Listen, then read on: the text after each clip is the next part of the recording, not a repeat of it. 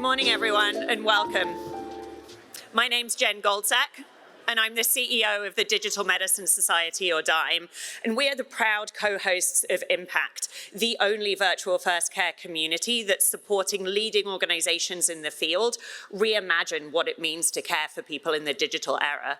How do we build care around the patient and not the clinic? How do we make sure that we are providing comprehensive solutions that work for all people through the combination of innovative digital technologies and interdisciplinary care teams? How are we making care accessible, affordable, equitable in the digital era through virtual first care? And I think if we had any questions about whether this is the bright spot in what is a tough market for all of us right now, looking around this room, seeing standing room only on a Sunday morning in Las Vegas answers that question. This is how we are going to change the practice of medicine. We aren't looking to eradicate the clinician. We aren't looking to shoehorn digital technologies into every nook and cranny of healthcare and declare victory, but rather we are working hard to combine digital technologies and expert clinical care to fundamentally change what it means to care for people, to move away from a sick care system where we sit in the clinic waiting for a patient to present already ill at the doors of the clinic. And instead we meet them where they are. And our definition of success is how good are we at keeping people healthy, functioning in their day-to-day lives and keeping them out of the hospital. What I'm thrilled about regarding our program today is this is not blue sky thinking. At Impact, we are thrilled to convene folks across the field who aren't just talking about changing how we care for people, but already are. And they're not doing it by being overfit to direct-to-consumer and forcing self-pay. They're able to work with commercial providers. They're able to work with large employers. They are able to make virtual first care work within the traditional existing healthcare system. And that is the only way we are going to make forward progress. If we maintain this kind of innovation off at a silo at the side of the existing healthcare system, it is not going to work. And through the course of our deep dives today, you will learn from friends and colleagues of ours at DIME and at Impact about how they are already showing, not just telling us that this is possible. So, I talk too much. You're going to hear from me a lot during the course of the day. You're stuck with me as MC. But what I'm going to do to get us started is welcome our colleagues and sponsors from Abbey Global Health, who are going to give the opening keynote. And let's see if I can do technology, yes. And in particular, I want to welcome their founder and CEO, Kim Frederick Schneider, to give our opening remarks. Kim, please come on up and get us started this morning. Thank you so much for the introduction. Hello, everyone. So I'm going to take a moment in my remarks today to look at a framework for understanding artificial intelligence within the context of virtual first care. And then we will look at some real-world current applications of cutting-edge AI in that context. But before we get going, I actually would love to find out how all of you think about the future of AI. It seems in the media that we are simultaneously heading towards the AI apocalypse and an AI utopia.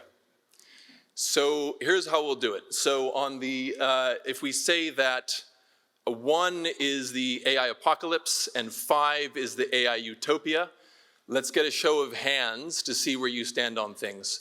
So again, who's a 1 who believes that the AI future is the AI apocalypse? Anyone? All right. At 2? 3? 4? And AI Utopia 5? All right, so it looks like we're leaning optimistic in this audience, not surprising for an audience of innovators. Let's start by just looking at a framework for understanding AI applications generally. So this is not the technology itself, but the application of AI in the real world. We can think about it in 2 ways. We can think about complexity versus simplicity. What I mean by that is the amount and complexity of the data input and the complexity of the data output of an AI model. We can also look at narrowness versus breadth. So I'm sure many of you are already aware of the concept of general artificial intelligence versus narrow artificial intelligence. What we see around us today is all narrow to some degree or another. I think one of the reasons why there's been so much alarmism about ChatGPT is that it is narrow AI masquerading as general AI. Because of course, we as generally intelligent human beings, we use language to communicate or to transfer our intelligence. So because ChatGPT is applied to language, it looks perhaps more intelligent than it actually is. But if we look at the outlier, so something that's very broad and complex, we have self-driving vehicles. And this is a problem which has been predicted to be solved next year for the last 8 years by Elon Musk. But again, it's quite a challenging one. And similarly to healthcare, it's also very high stakes. So an error in a machine translation, pretty low stakes. An error with the self-driving car can be a matter of life or death. And I think that brings us to using the same model to look at healthcare. And within healthcare, again, we have a bit of an outlier. We have a context where the number of data inputs are potentially infinite, and that is a patient consultation. So a patient could potentially arrive and say absolutely anything or have any kind of a need. The outputs from that context are more limited, but still highly complex and very broad in terms of the application of AI for virtual first care or virtual consultations generally. Another model for understanding AI is to look at this question of what do we need to consider when developing AI in healthcare? And we think about 3 areas. So one is this application of healthcare, is this application of AI in healthcare, is it worth the investment to build and to maintain this such that it generates either significantly improved patient outcomes or a significant reduction in healthcare costs? The other question is, who's going to be responsible? And I think this is one that's often missing from questions around AI. And finally, there's the question of governance. This was mentioned in a session earlier in this very room by someone from GSK. And this question of AI governance is really critical to anyone exploring AI in healthcare. If we then think about what are we as human beings good at and what is AI good at? So clearly, when it comes to this question of efficiency and impact, AI in many applications is far superior to human beings.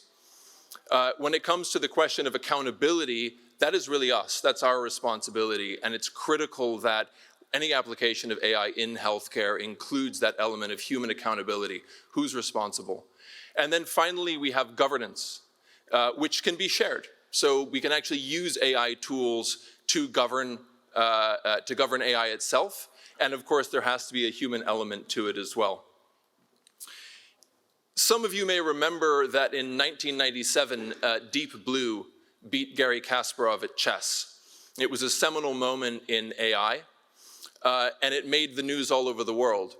What is less well known is that for many years afterwards, the best chess players in the world were actually a symbiotic relationship between computer and human.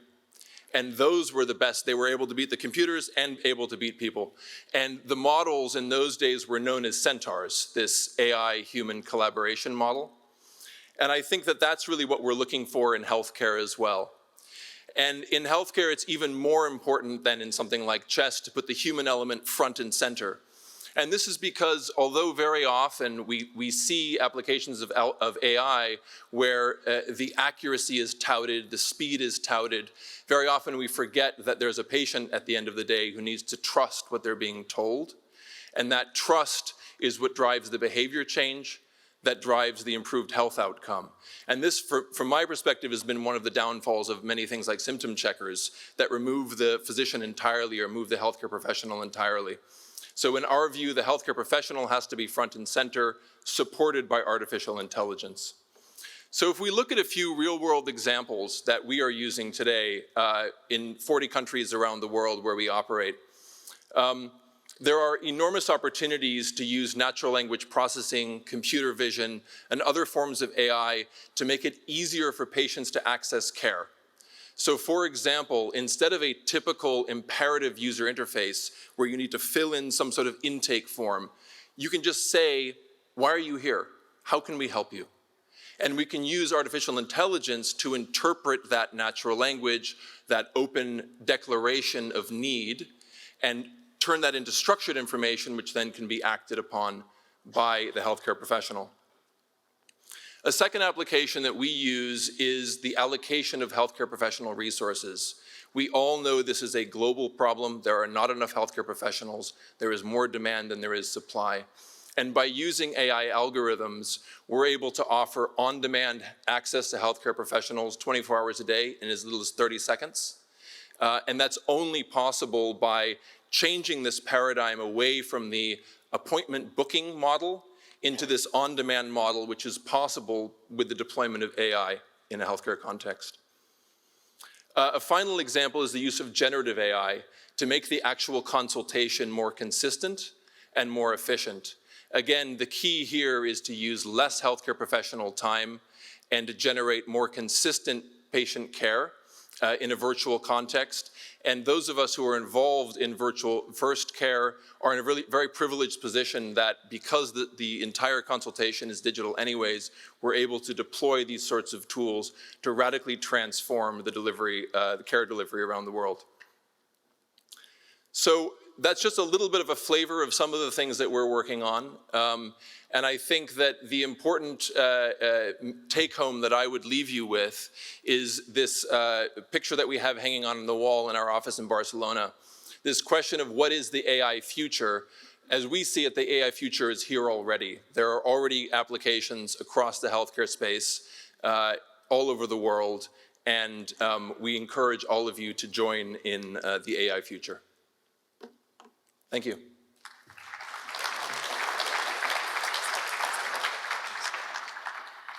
Kim, thank you so much. That was terrific and sets the stage beautifully for our conversation. I think that final closing slide of the future is now could not be more pertinent as we think about the rest of the discussions that we're going to have through the course of the rest of this session today. Kim outlined the importance of trust, and we must remember that trust is incredibly fragile. It is incredibly hard to earn, and it is easy to lose. And when we think about reimagining the way we care for people, using virtual first care approaches, Kim set us up perfectly, took us through some of the characteristics and possibilities of technology. And as we think about the two sessions that we have coming up here, we are going to contemplate the relationship of those technologies with the people who are at the heart of healthcare, whether it's those clinical care providers or whether it's the patients that our industry exists to serve, and also the systems that we must operate within. This is a highly complex and highly regulated industry. We have to be mindful of both the people and the systems as we introduce these technologies. So let me just give you a quick thumbnail of where we are going to go with our conversations through the course of today before I introduce our first deep dive panel. So we are going to be looking first at, when we think about virtual first care, how can we make this work for commercially insured populations? I think there's a myth out there that it's not possible to work with commercial payers to bring virtual first care solutions to the working population. And our leaders in the field are going to come and prove to us through case examples that this is not the case. And in fact, we are able to introduce high value, high quality virtual first care solutions to this part of the population. And you'll learn from them about what their journey was and how you can apply that to your strategy as you build your virtual first care strategies. The second one, we'll be thinking about how do we make sure that virtual first care is working in lockstep with traditional healthcare systems to make sure that there are no gaps in care and that we really are making sure that we aren't building virtual first care as an island, as an exception, but rather as an essential part of the fabric of healthcare delivery in the United States. So again, Kim, thank you so much for a tremendous keynote. Thank you to Abby for sponsorship. And I'm delighted to welcome my colleague Shelley Lanning from Visana Health, who's going to moderate our first deep dive, along with friends and colleagues of Shuk, Murray and Sam. So if you'd like to come up, we're excited for this session, a focus on commercial populations.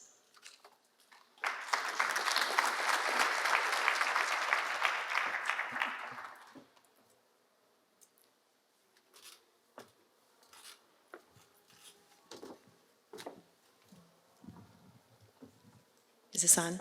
Yes. Wow, what a great way to start a 4-day extravaganza in healthcare, to see so many people coming out to talk and listen and learn. about virtual care models.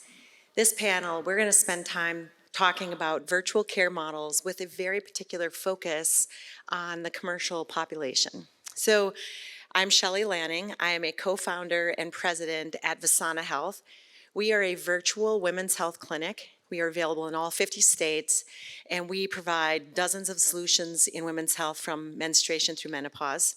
We partner with the health plans, self-funded employers, and this topic is particularly impactful for everything we do in our day in and day out. So I am really excited to be joined here by three very impactful perspectives on the stage. I'm going to ask each one of our panelists, so Mary Brunzinski from Amwell, I have Sam Holliday from Oshi, and Askuk Nushuro from Elevance to go through.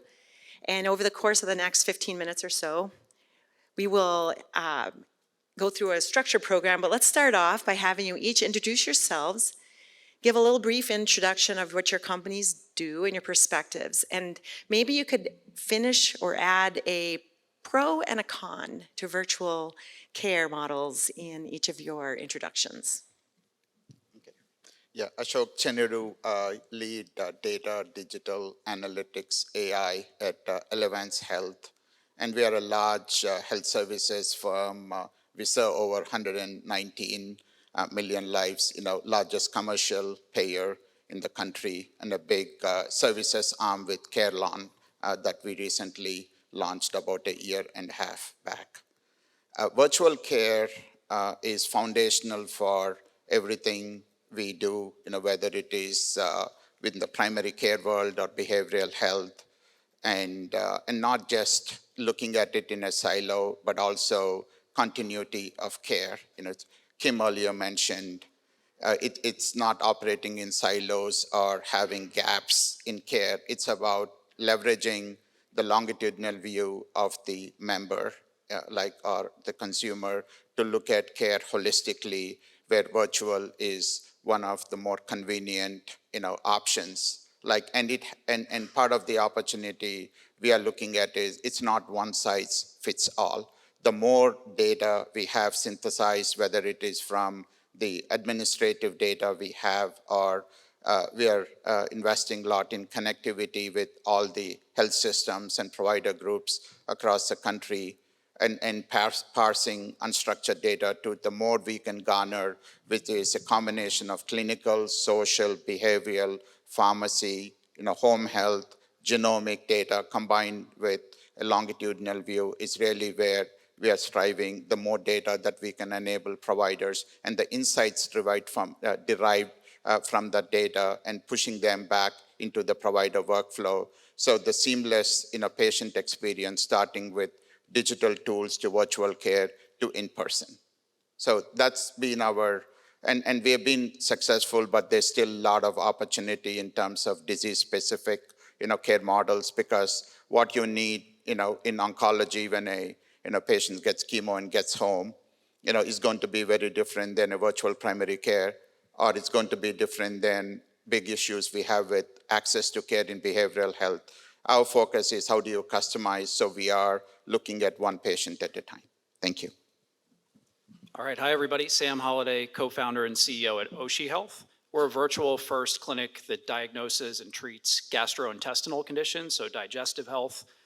Whether you come into us with no diagnosis and symptoms that are concerning and impacting your quality of life, or you've had a diagnosis for many years, you have a trusted local provider that you see, but you're interested in more frequent care between those visits, adding in the missing parts in our field, which are dietary interventions and gut-brain psychological interventions that are proven to work as effectively as medication, but are typically not reimbursed, therefore they're not available. And so we add those in and can either be your entire clinic, or we can just complement the care you're getting from a local gastroenterologist or primary care.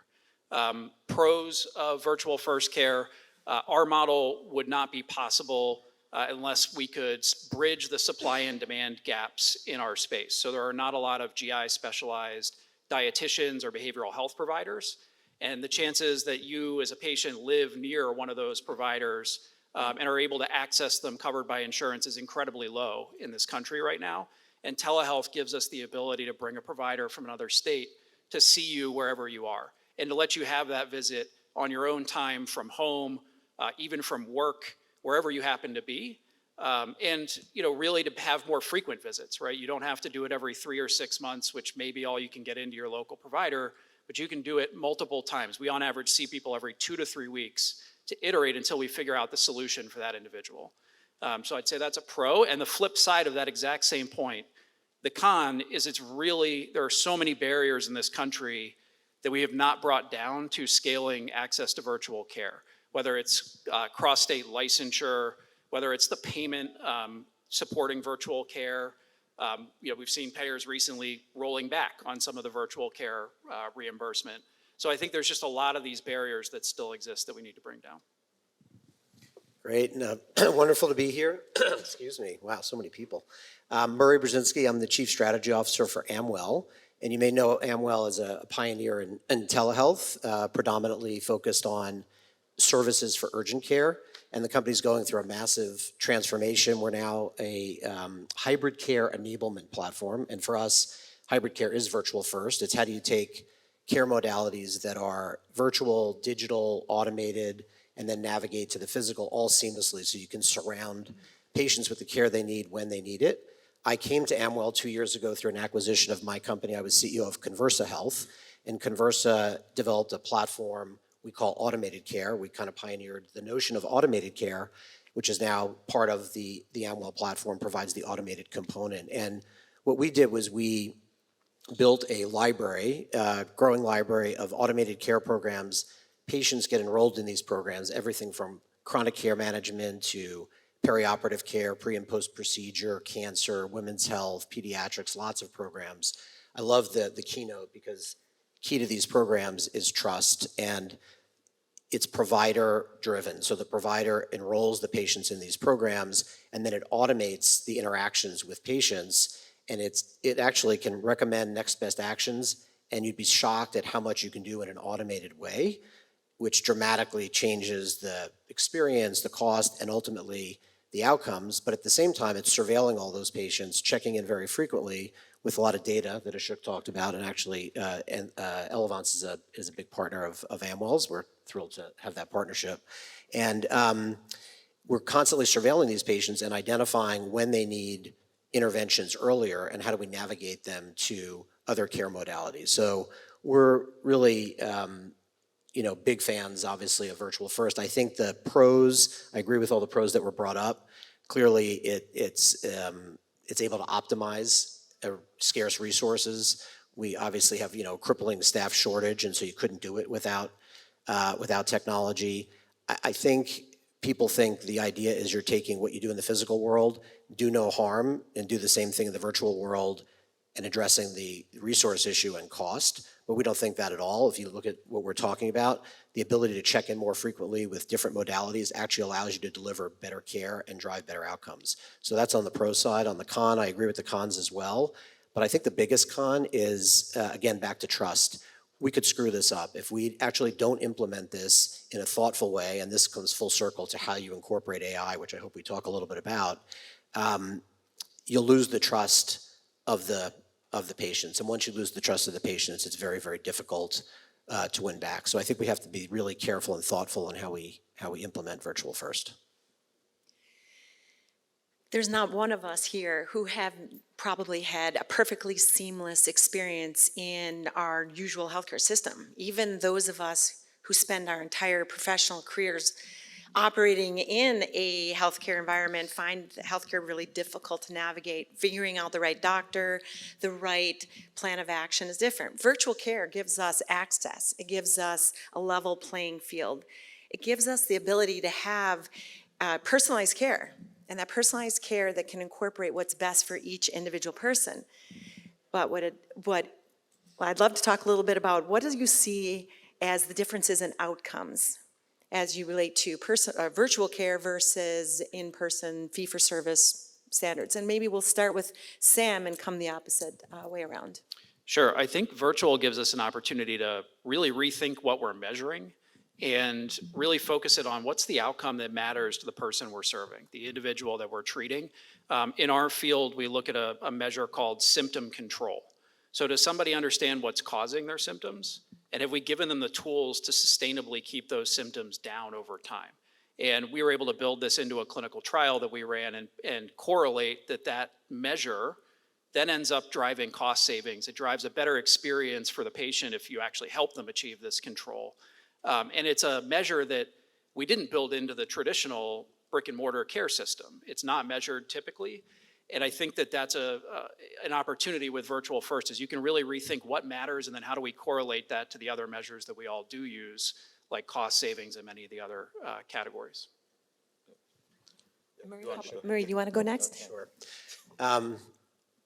Yeah, lots and lots of examples of outcomes. So, I mean, the whole idea of virtual first or hybrid care enablement is you can kind of flip, it's like the flipped classroom, right? You can make care proactive. And we talk about patient signals all the time. If you could pick up signals about a patient earlier and you can intervene earlier, you're going to have better outcomes. And so that's really the trick. And so I'll give you some examples. So in our automated care programs, we've got chronic care programs. We've had clinical trials around our diabetes program. And these were diabetic patients. This is at MedStar in Baltimore. And diabetic patients with A1Cs between 8 and 9 in a boot camp program. And you know, if you know about these programs, they're very, very high touch, and you know, they're very expensive. And so we put them in this automated program, and it provides a lot of education for self-care. It's assessing, it's very personalized, but evidence-based, and that's a very difficult thing to manage. How do you keep people on evidence-based programs so you can reliably predict and drive outcomes, but how do you personalize it so you keep patients engaged? And so the programs do a really good job of that, and we were able to provide lots of guidance around self-care. We were able, though, to identify when people were off track and not following the right behaviors and intervene and nudge them back on track. And then when they were off track to the point where you can't really nudge them in a virtual, automated, or digital way, how do we then get them to the coach or get them to the nurse or get them to the doctor? So it works harmoniously. When we talk about AI, there's a lot of AI in the platform, but we talk about augmented intelligence. It's working in concert with the care teams. And so we were able to reduce the A1Cs in this particular population by about 13%, which is actually on par or better than highly coached programs that are much more expensive and therefore not scalable. And hopefully we can talk more about outcomes, but that's a phenomenal one in the chronic care space. Yeah, thank you. Measuring the value continuously on the impact of virtual care is very critical. So we start with a few metrics. One is number of engagements, how many members are accessing like the virtual care, is it trending up? And number two is a percentage of triage completions, when they start, were they able to get their, complete, care, or what percentage moved from virtual to physical. That's number two. Number three is repeat engagements, how many consumers come back on a regular basis. And then number four is how does it align with overall cost efficiencies, and also improving the quality of care with focus on access to care. We also are linking to how many members call us for access to care in behavioral health and see if that metric is going down, or leverage from our call center data to see is there a way to improve care based on a particular region, specialty, etc. But the key in all this is, in order to improve the broader care, making sure the virtual care provider for any specialty has complete information about that member gleaned from multiple sources. The more we can provide that aggregated information at the point of care, the more valuable experience it will be. And we have seen that when we have that comprehensive view of the member, we do get repeat, members back. So similar, we're finding similar outcomes data related at Visana. We know that providing comprehensive, whole person, and coordinated care provides better outcomes, better touch points. Encouraging your patients to get involved with their own care in a care model that is unique to them. But so important for the outcomes is the use of technology, being able to provide different touch points, different access. So let's now start with Murray, and let's talk a little bit about how you use technology, is what's working, and what some of the challenges are for virtual care model delivery. Yeah, I'll piggyback on what Ashok just said.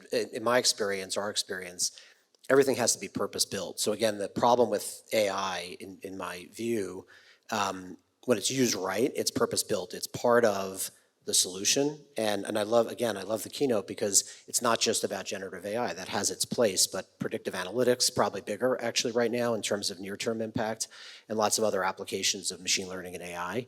But to Ashok's point, it's all about the data. And the more sources you have, the better, but you have to understand what sources are actually predictive, which you can act on. And so, for example, the examples I gave around the automated programs, we are pulling data from the EMR. So everything we could possibly know about the patient from the patient record, we pull in. And then the interaction, it's designed as a companion. It's very highly trusted companion. It is an extension of the care team. And it's checking in very frequently, and it's collecting information from the patient about their observations of how they're doing on their journey. And some of it is PROs, so it's validated, responses to validated questions. Others are just more informal observations of how they're doing. And then we're also collecting quantitative information, so it's a superset of RPM, so we can take connected devices and biometric readings. And in real time, then we make a decision about the status of the patient. So really, it's nothing more than sending someone to your home as a patient, but very frequently asking you lots of questions, a highly trained person, and taking readings.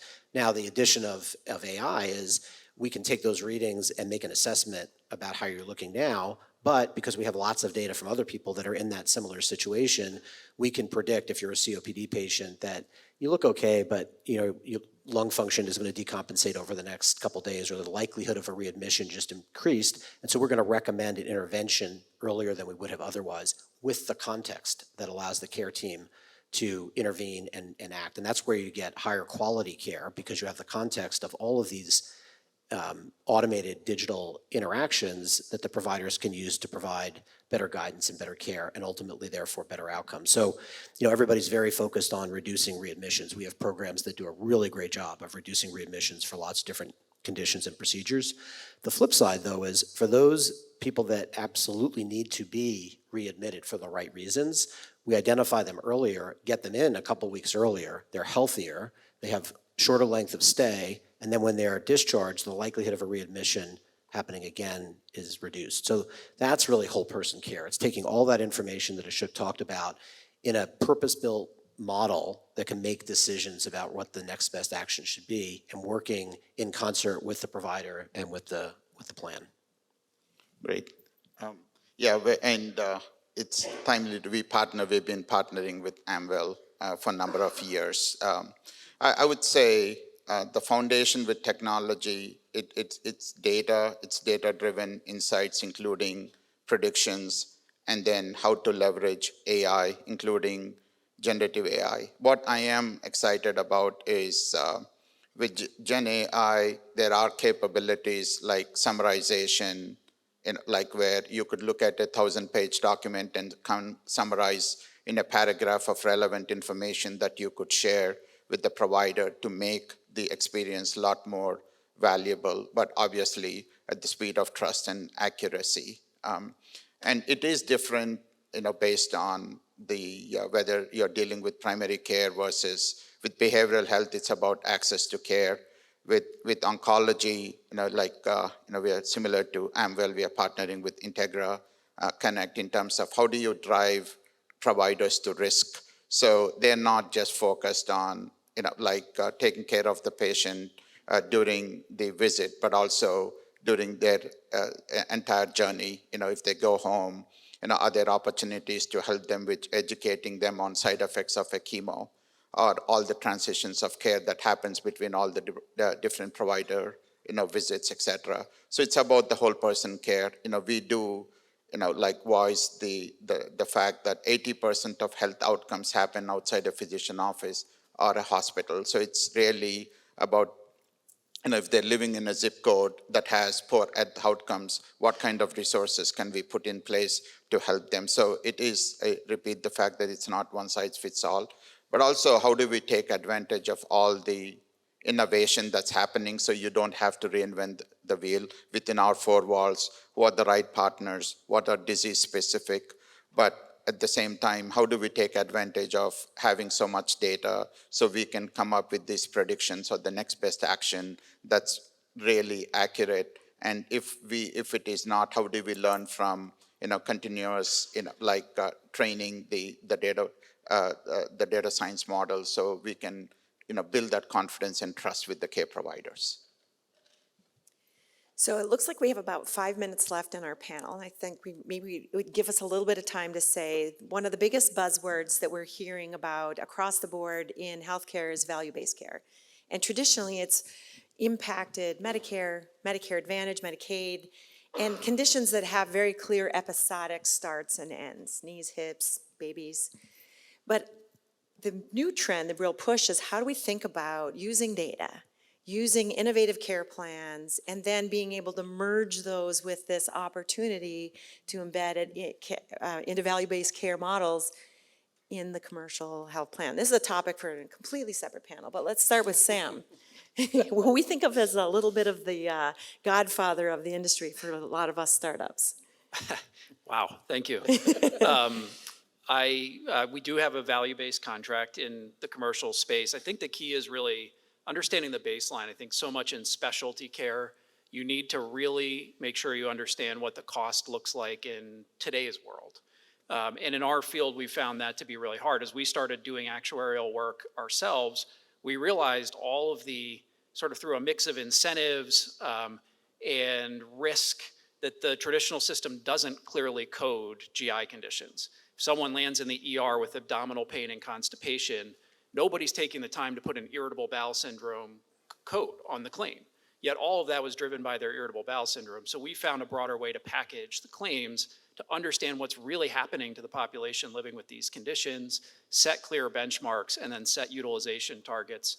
And so we are, in some of our payer relationships, putting some of our fees at risk tied to reduction in utilization. And I think it's one of the first value-based contracts that's been done in the field of GI.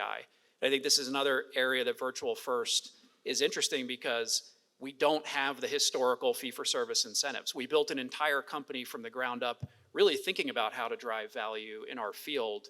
And it's really hard when you have 1 foot in fee-for-service and 1 foot thinking about value to really make the transition. And so we have sort of a unique opportunity with Virtual First Care to do that and bring it into commercial populations as well.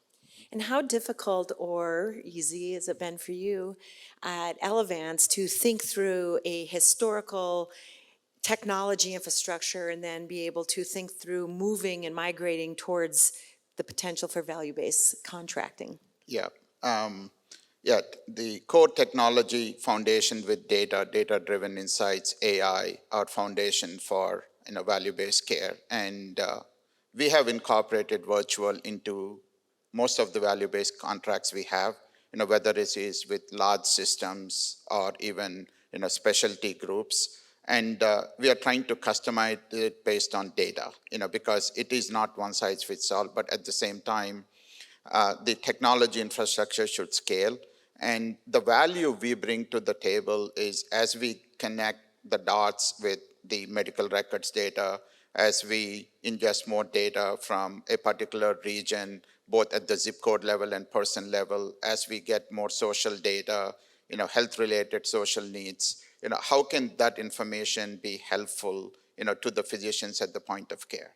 Because we are in a good position having that longitudinal view and can aggregate the data, and the advantage we have is most of the provider groups, have, only information that pertain to their visits. So we want to take advantage and not only just share data, but what kind of, predictions, for example, in the GI case, maybe we can have early predictions of fatty liver and share that information with the GI, maybe 2 years ahead of time versus reacting to a symptom.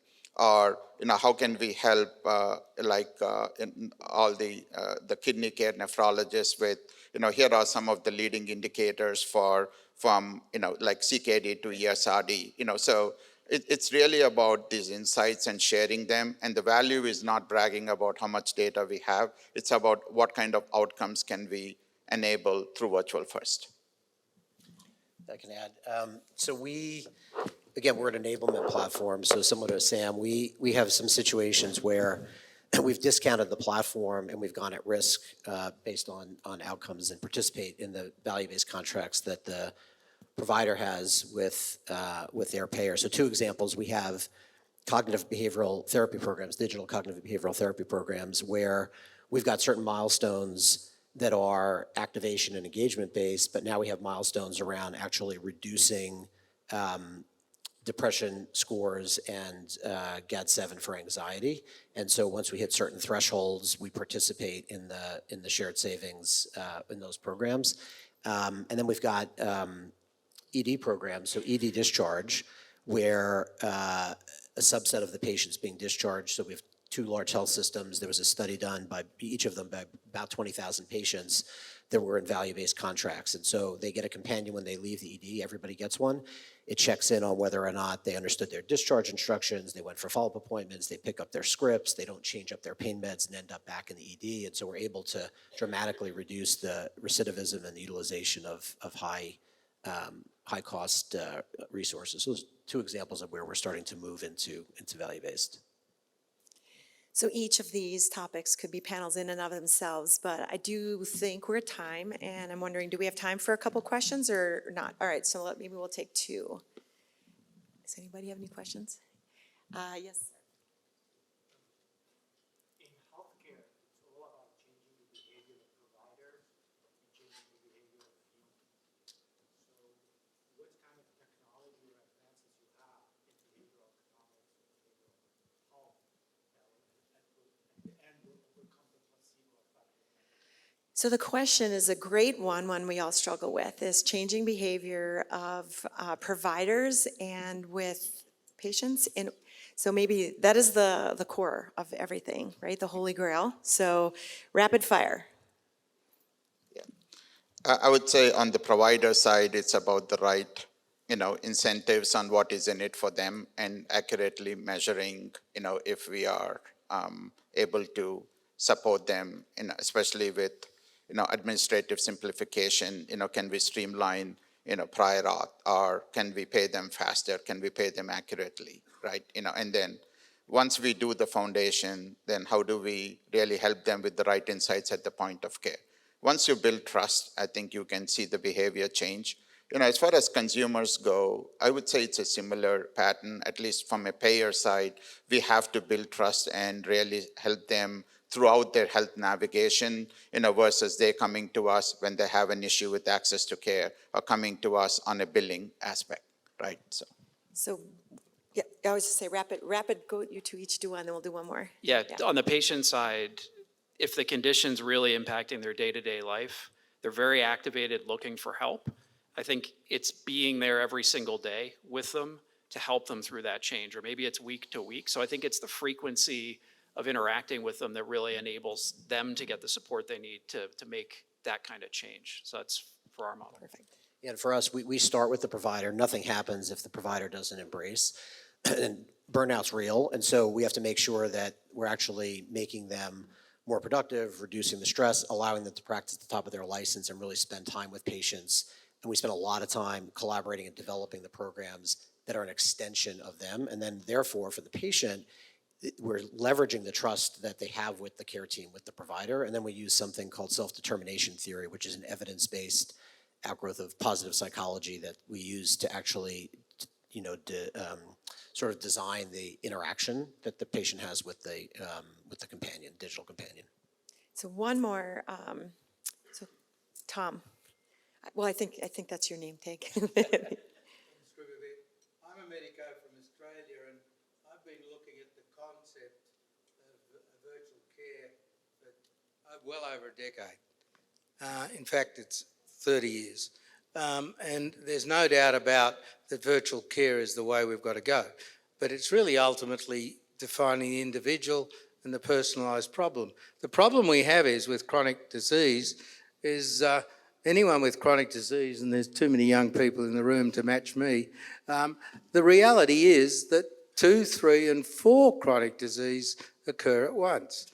So the real question, and I'm very interested in the Baltimore experience, is that the ultimate situation is what device exists to aggregate it at the cost-effective price to put all the devices into one that you have here in America, because I've been looking around the world and I ain't seen one yet that does it cost effectively, because until you've got it, you can't look after chronic disease in the majority of people, which is anyone over 60.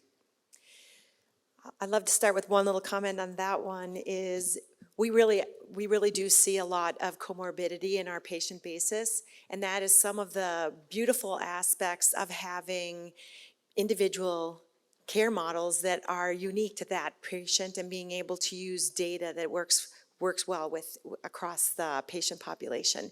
But you're right. We all would love to see some of those. The U.S. definitely has some challenges along how the regulatory environment works. We all are continuing to support it. We're glad to see so many people here also interested in virtual first.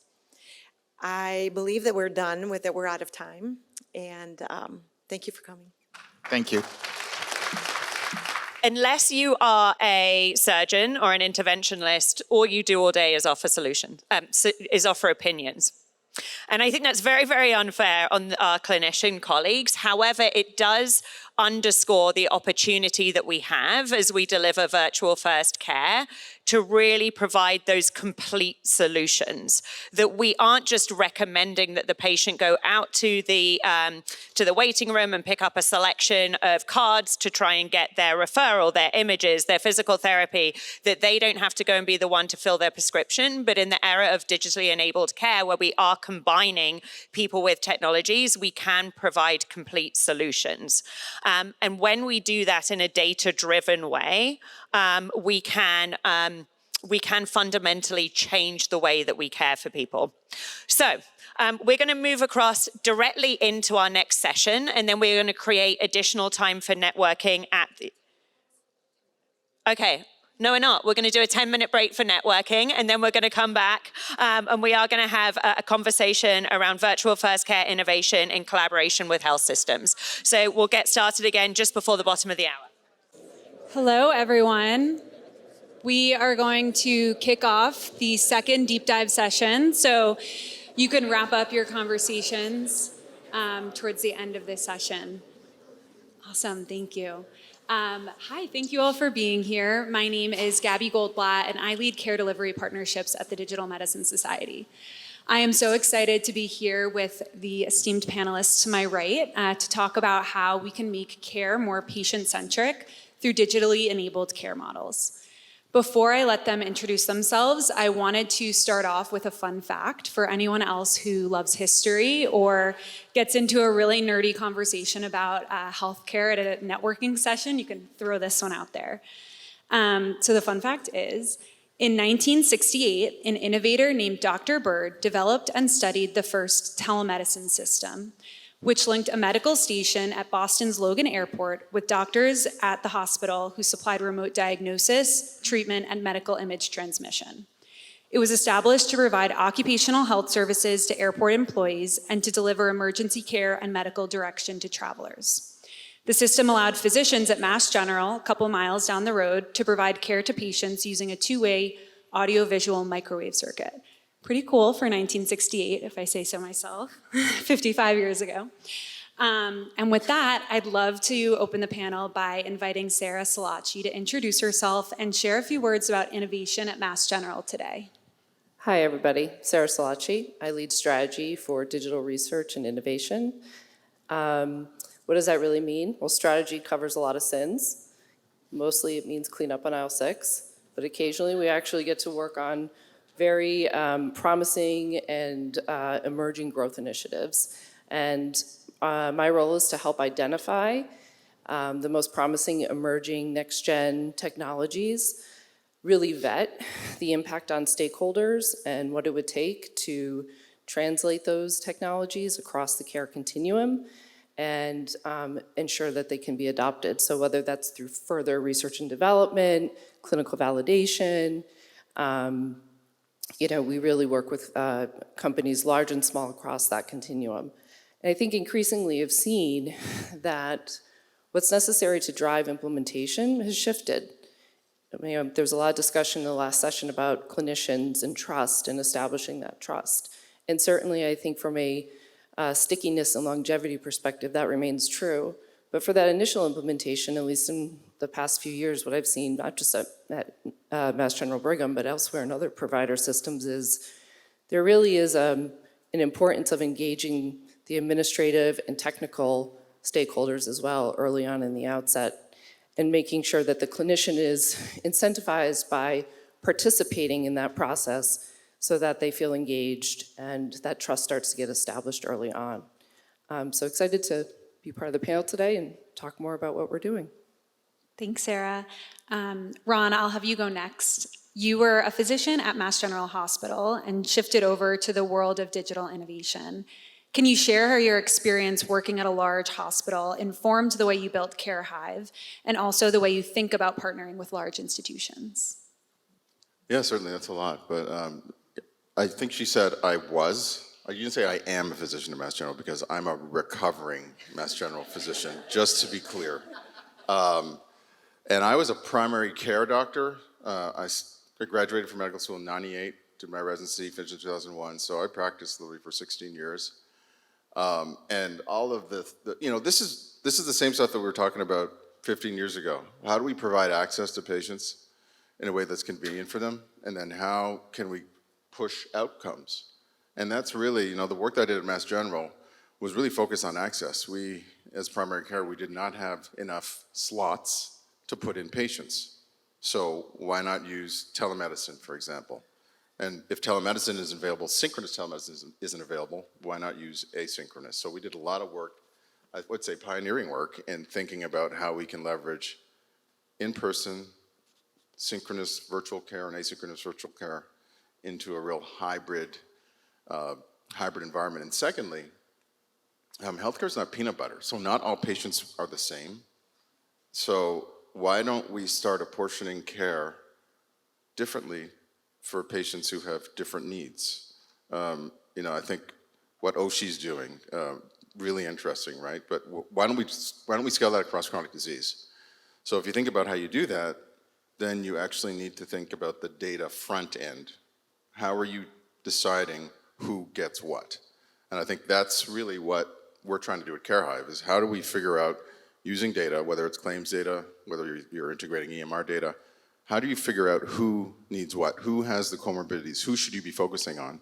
And then use asynchronous healthcare to engage them with a digital platform, and then measure outcomes all the way through. Not just financial outcomes for the business case of the client, but also clinical outcomes for the benefit of the patient. Thank you. Kathleen, thanks for joining us. In many ways, InterSystems serves as the connective tissue across healthcare. By way of introduction, could you share a bit more about the specific ways InterSystems partners with organizations to enhance their ability to make clinical and operational data-driven decisions? Sure, thank you. I was thinking back on the history and realizing we were partners with Mass General starting in 1978, so we weren't there for that initial project. But InterSystems is a software company that focuses on data management, especially in healthcare. And when I think about the connections you're asking about, there's really three key ways we can help connect. The first is within organizations. So an organization like Mass General that has tens of thousands of devices connects those to its Epic EHR through InterSystems Iris for Health data platform. We also, or they also, use that platform to harvest data, and I think Sarah will tell you more about that project later, but to harvest data and derive more value from that device data beyond just the process of care. So internal connections. The second is that we unite longitudinal health records for communities. And those communities might be in the UAE or in South Africa or the UK. or across the city of New York, across the state of California, across North Carolina and Texas. And there we're building together a longitudinal record that includes claims, it includes social care, it includes EHR data from the whole community. And that data then can be used to deliver more coordinated care. It can be made available to providers, to payers, to patients themselves. The third way we really foster that kind of connection is that our platform is built on by digital health innovators to make sure that they have connectivity built in. So Epic builds on our platform. 3M connects to EHRs through our platform. Virtual first care providers like Heartbeat Health, who will be here in our booth with us, they use the platform to make sure that their V1C solution is connected to the EHR in a lightweight way. And so we really believe passionately that if we create solutions that aren't connected, that don't have that full view of data that Ron was talking about, we've failed along the way. Thank you all. So each of your organizations partners or pilots externally to enable innovative care coordination models for patients with chronic care diseases specifically.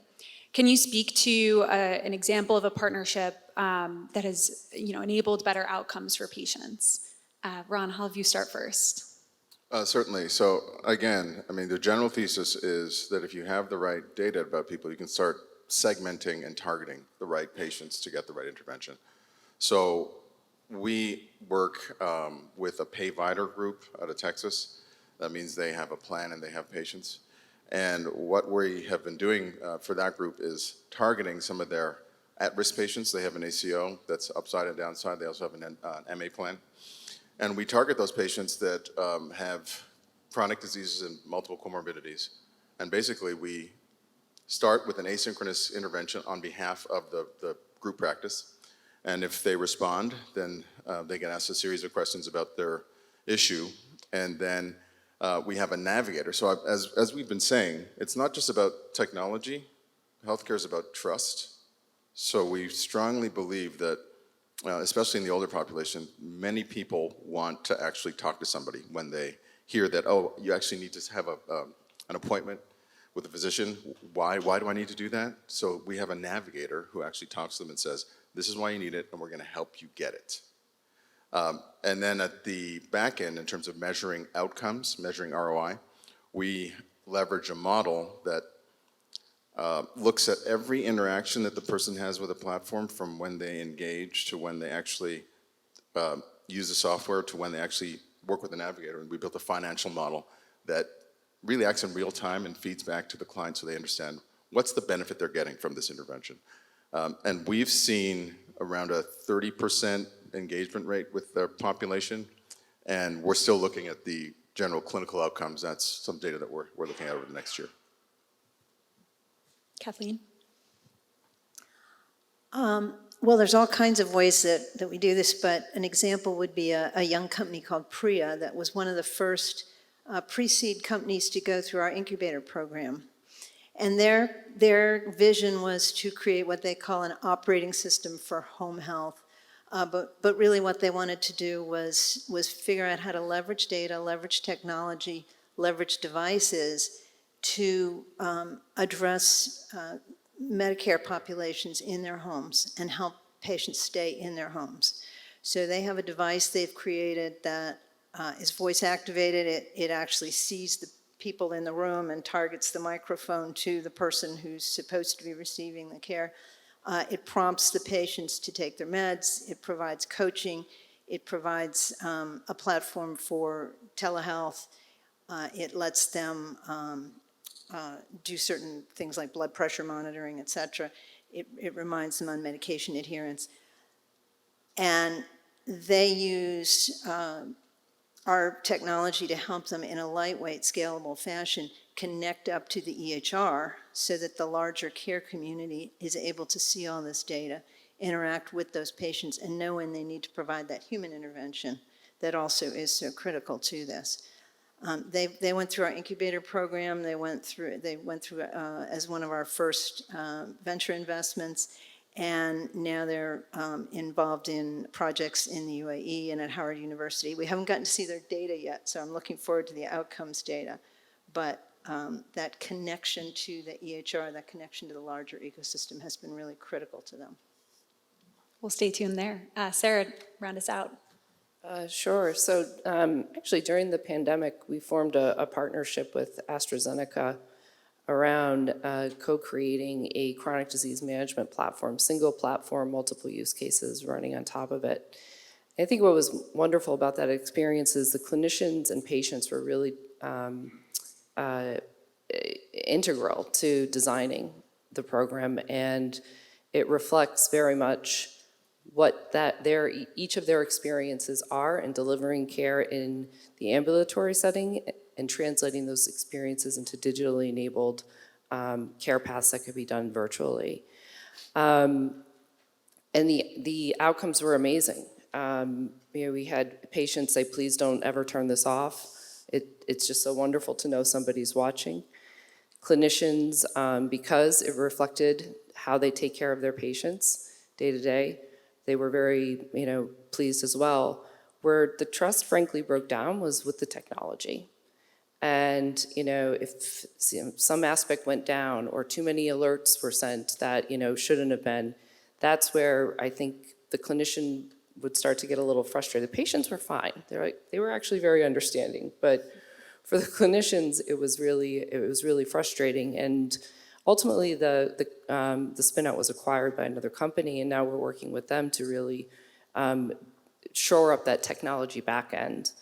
And then more earlier on in the life cycle, we're working with InterSystems on applying existing InterSystems technology in a new way to capture high-frequency biomedical device data in the inpatient setting. We want to really establish the ground truth of how capturing and integrating this data into the EHR shows value.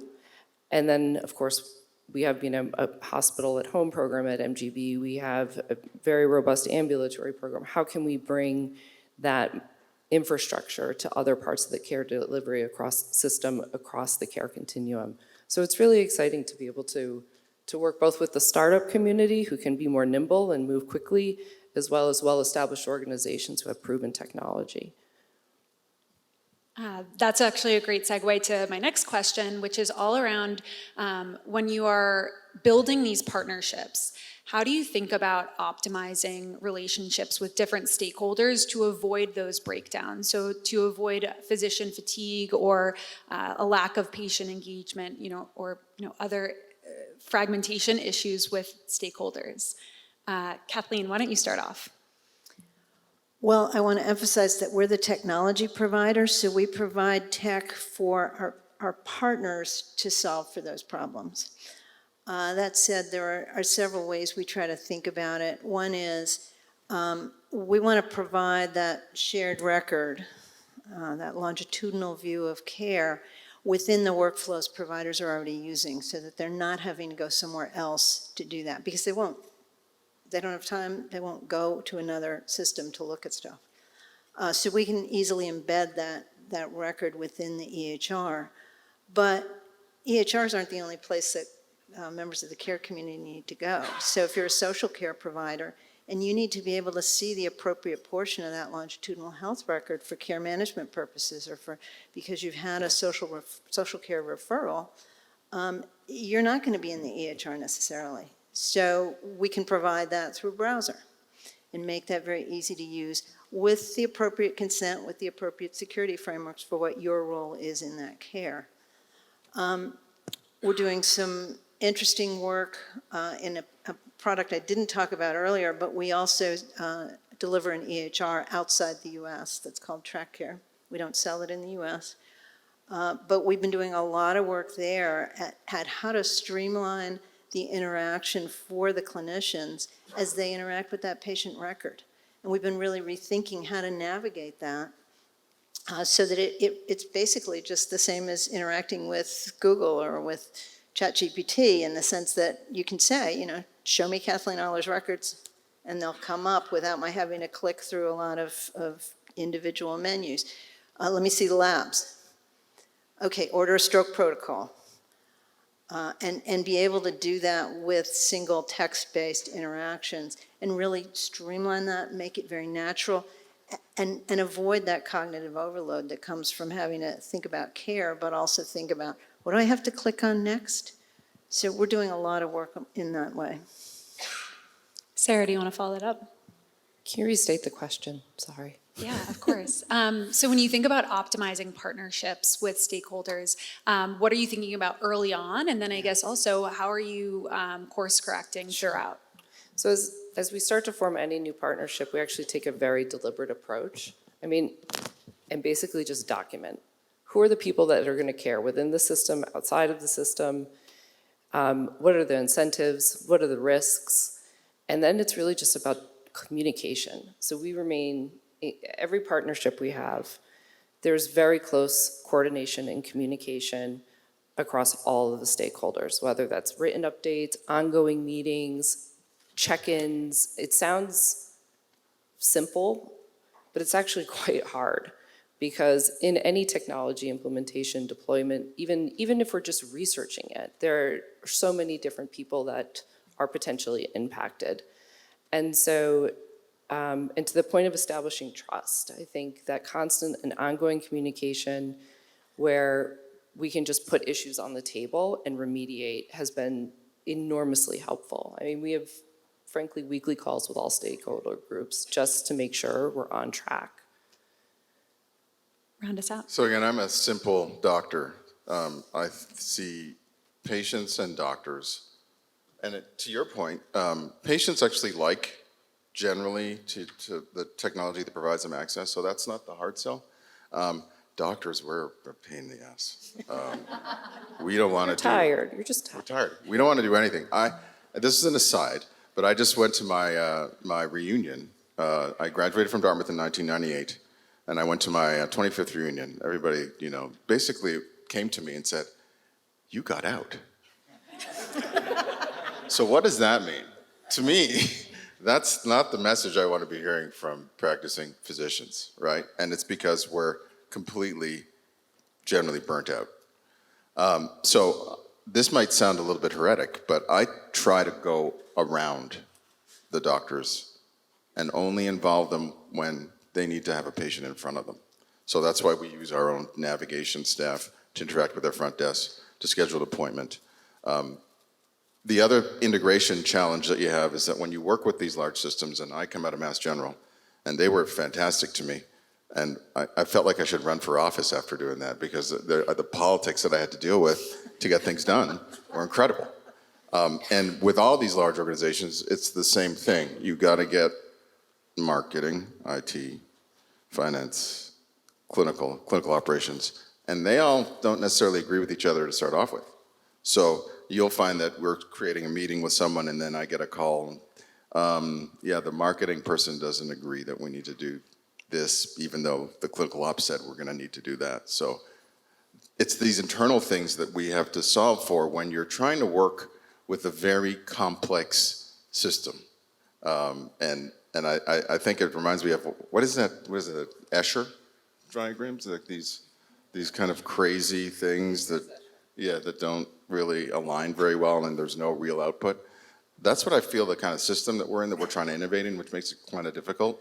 So for those of us in the room that are willing to kind of bang our head against the wall repeatedly, we're all trying to do the same thing. Access for patients, improved outcomes for patients, and of course, reduce waste. What a wasteful system that requires you to make it an in-person visit to follow up your high blood pressure, and they won't renew your meds otherwise. That's dumb. So we're all here to try to fix that somehow. Sorry.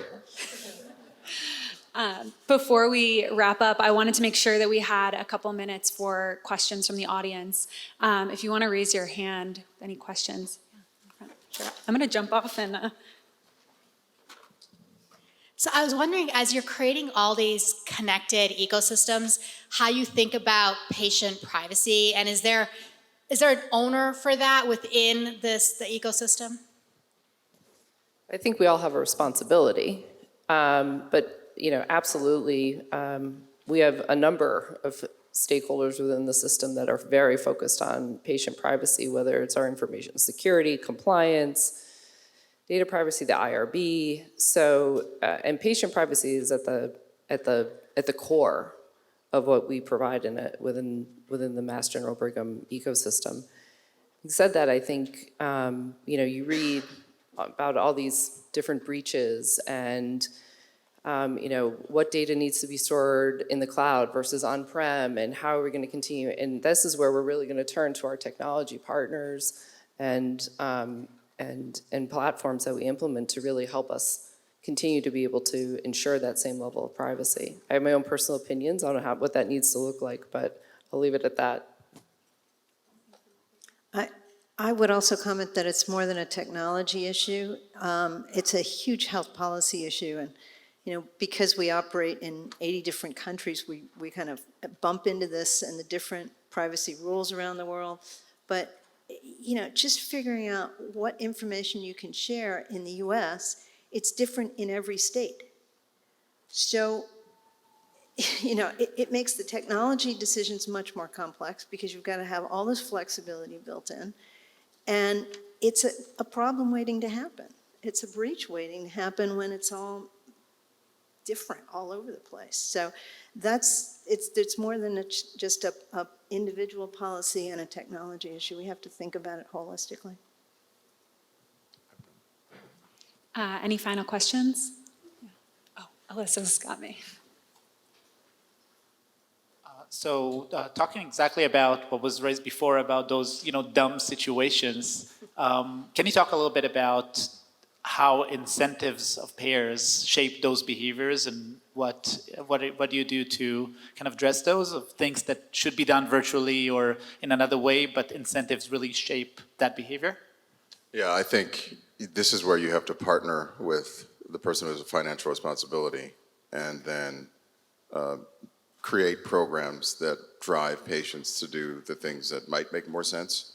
So, for example, plans might spend a ton of money if a patient goes out of network for some procedure, and they might do that for their own reasons. But if you actually can create an incentive for why that might not benefit you, and then you actually create an access pathway to make it easier for the patient to actually have the process within the network that allows for the information to be readily accessible and then action to be taken quickly, as opposed to something gets missed out of network and then the care is not coordinated. That is something that can actually provide for a much better experience, better financial outcomes, and we're out of time. Yeah. I think that was a nice mic drop situation. I hope. So thank you all for being here, to the panelists. I don't want to leave you hanging with the results of Dr. Bird's study from 1968, so I'm just going to read you a quick conclusion. So in a setting such as herein described, telediagnosis is feasible. A telecommunications system with a professional nurse serving as a clinician can be used to increase the availability of medical care. The technology required is currently available. This kind of system can bring special knowledge and skills to remote as well as less remote but medically disadvantaged areas. The challenge is to translate the feasible into the real.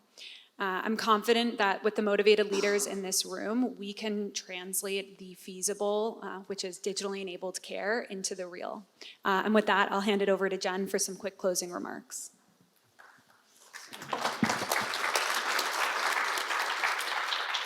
Fantastic. First of all, I want to thank Sarah, Kathleen, Ron, Gabby, but also Murray, Sam, Ashok, and Shelley for really, really tremendous insights today. Thank you all for being here, and thank you for your commitment to a future of virtual first care. And I want to make sure that you know that this is just the beginning of opportunities for you to learn from leaders in the field. So if you want to grab the QR code here, there is a whole schedule of events and conversations conversations with leaders in virtual first care over the next few days at the Virtual First Care Pavilion. So we'll learn again from our colleagues at Oshi Health and Vasana, specifically thinking about how we work with in and out of network payers to be successful with virtual first care. We're going to learn from Mouthwash about virtual first dentistry, Takeda Digital Ventures, who are one of the leading venture firms. Their entire portfolio is in virtual first care organizations. We'll be talking about their investment philosophies. WellLinks and Omada will be talking about how we care for elderly populations effectively and equitably using virtual first care solutions.